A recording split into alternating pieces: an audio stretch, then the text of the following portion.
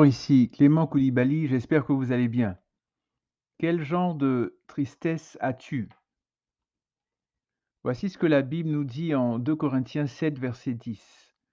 En effet, la tristesse qui est bonne aux yeux de Dieu produit un changement d'attitude qui conduit au salut et qu'on ne regrette pas. La tristesse du monde, elle, produit la mort. Je reprends 2 Corinthiens 7, 10. En effet, la tristesse qui est bonne aux yeux de Dieu produit un changement d'attitude qui conduit au salut et qu'on ne regrette pas. La tristesse du monde, elle, produit la mort. Il arrive qu'on fasse de faux pas, qu'on commette des péchés. La Bible dit que tous ont péché et sont privés de la gloire de Dieu. Romains 3, 23. Tous. Personne ne peut dire qu'il n'a jamais péché. Mais il ne faut pas qu'on reste là à nous apitoyer sur notre sort. Suite au péché que nous avons commis, quel qu'il soit, nous devons nous repentir. La Bible nous dit en 1 Jean 1,9 que si nous confessons nos péchés, Dieu est fidèle et juste pour nous les pardonner et pour nous purifier de toutes nos iniquités. Mais vous savez, suite au péché commis, nous sommes envahis par différents sentiments. Nous pensons, nous passons, par une gamme d'émotions. Voyons deux exemples précis. Judas Iscariote. Vous le connaissez, n'est-ce pas? Oui, effectivement, c'est bien ça, c'est le disciple qui a trahi Jésus. La Bible nous dit qu'après son forfait, après sa trahison, il fut saisi de remords et que fit-il par la suite? Il alla se pendre. Un autre exemple, Simon-Pierre. Oui, effectivement, c'est ce disciple de Jésus, disciple assez choc, heu, assez impulsif et à 3 reprises, je dis bien à 3 reprises, il renia Jésus. Il déclara qu'il ne le connaissait pas et qu'il ne l'avait jamais vu. Là, c'était lorsqu'on amena Jésus, pour le crucifier, d'abord pour être jugé et tout ça.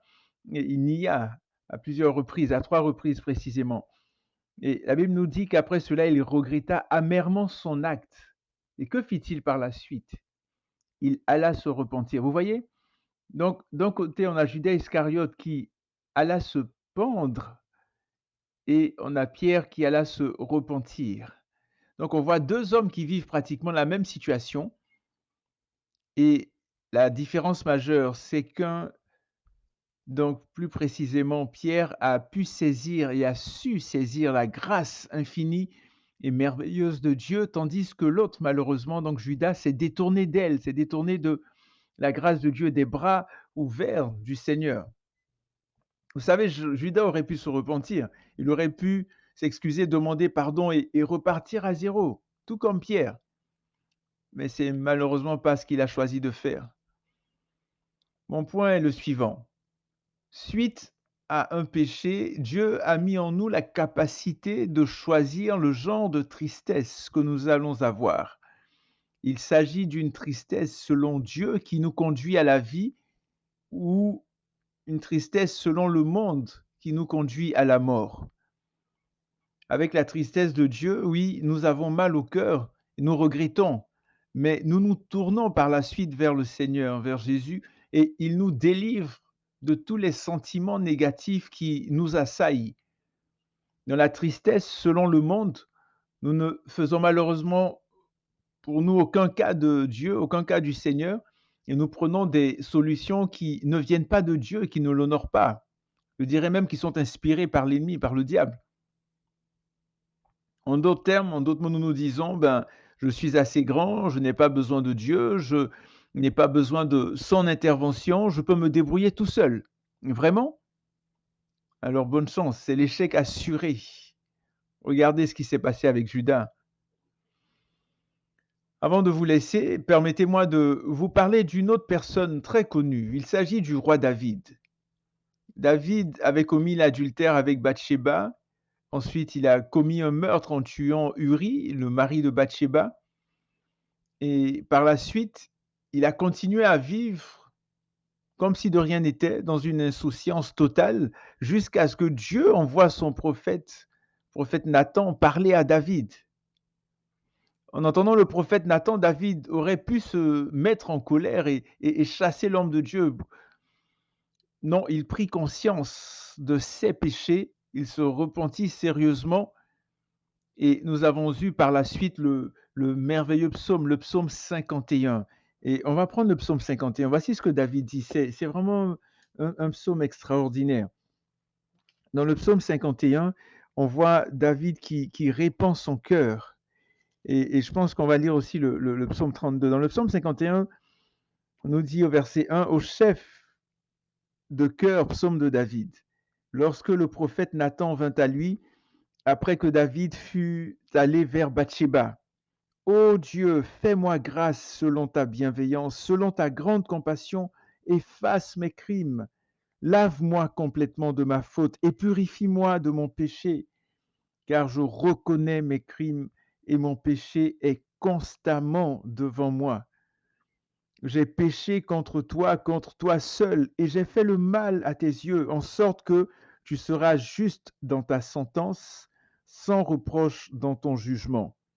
Voici, je suis né dans la faute et ma mère m'a conçu dans le péché, mais tu prends plaisir à la vérité dans le fond du cœur, au plus secret de moi-même, fais-moi connaître la sagesse. Verset 9. Purifie-moi avec l'hysope et je serai pur. Lave-moi et je serai plus blanc que la neige. Et ici, on voit que David a cette révélation-là dans Ézéchiel 36, 25, où le Seigneur disait, je vous purifierai, je vous donnerai un cœur nouveau. Et ensuite, dans Ésaïe 1, 18, où il est dit, si vos péchés sont comme l'écarlate, ils deviendront comme de la neige, etc. Donc David, c'est comme s'il avait cette révélation-là du Seigneur.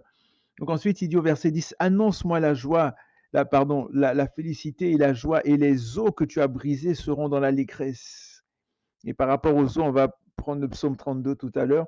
Il dit, détourne ta face de mes péchés, efface toutes mes fautes. Donc il crie à Dieu, il dit, oh Dieu, crée en moi un cœur pur, renouvelle en moi un esprit bien disposé. Ne me rejette pas loin de ta face, ne me retire pas ton Esprit Saint.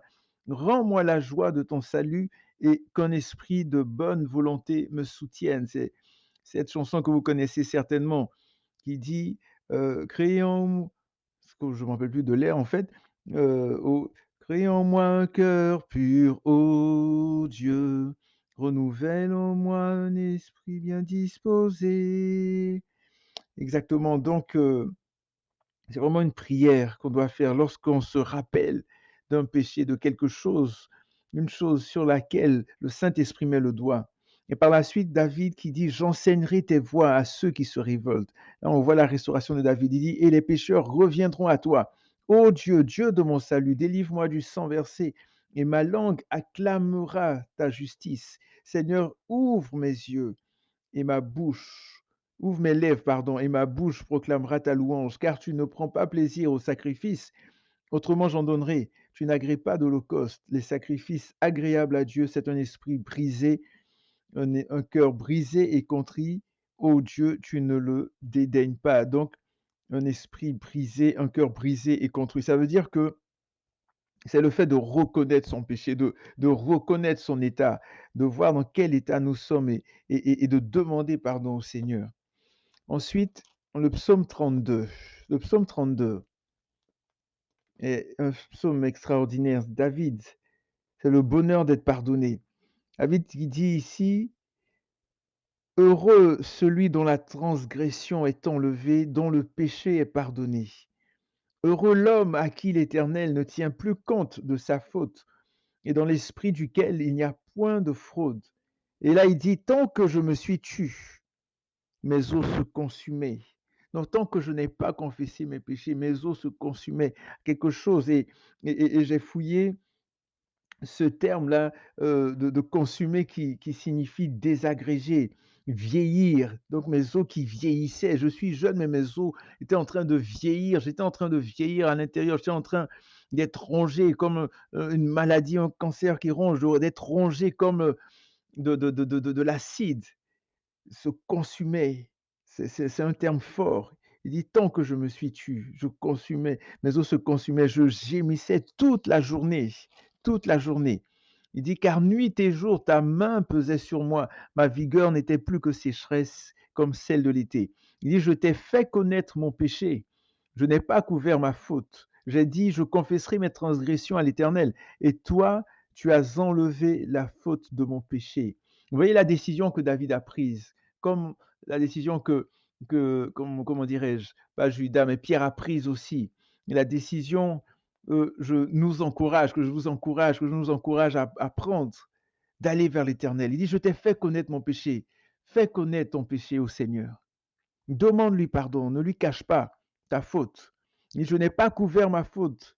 Seigneur, tu vois, je suis tombé encore. Seigneur, regarde ce que j'ai fait. Seigneur, je te demande pardon. Seigneur, prends pitié de moi. Lave-moi, purifie-moi, sanctifie-moi. Seigneur, je refuse de continuer à tomber. Seigneur, aide-moi, viens, fortifie-moi. Tu es ma force, tu es mon refuge, ma forteresse, mon bouclier.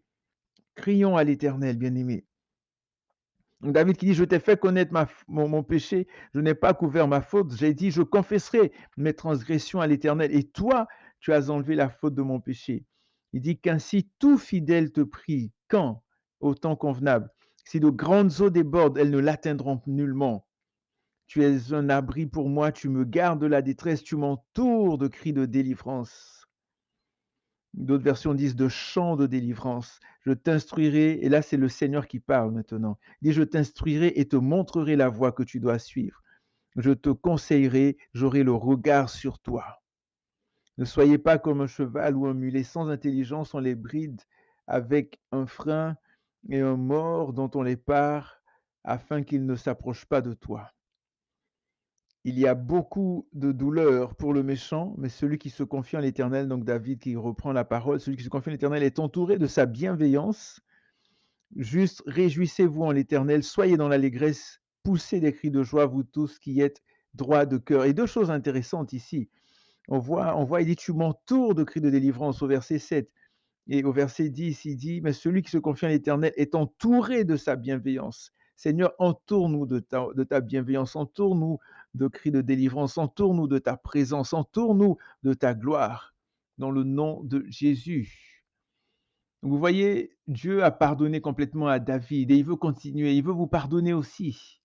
David a pu continuer à être l'homme selon le cœur de l'Éternel parce qu'il a reconnu son péché, il a reconnu sa faute et il s'est humilié. Vous savez, le pardon de Dieu est au-delà de notre entendement. Donc tournons-nous simplement vers lui, comme un enfant, demandons sincèrement pardon au Seigneur. Et peu importe le péché que nous avons commis, peut-être que les gens autour de nous vont dire: «Jamais, jamais, jamais, jamais, au grand jamais, je te pardonnerai», mais Dieu est capable, Dieu seul peut nous pardonner et veut nous pardonner. Quel genre de tristesse as-tu? As-tu une tristesse qui produit un changement d'attitude, une tristesse qui ramène à Jésus, ou as-tu une tristesse qui t'amène à la mort? Examinons nos voies et choisissons celle qui conduit dans les bras de notre Père, comme le Fils prodigue, qui est entré en lui-même et ensuite qui a couru, qui est allé chez lui. Donc portez-vous bien, que Dieu vous garde, que Dieu vous bénisse et surtout n'oubliez pas que Jésus revient très bientôt.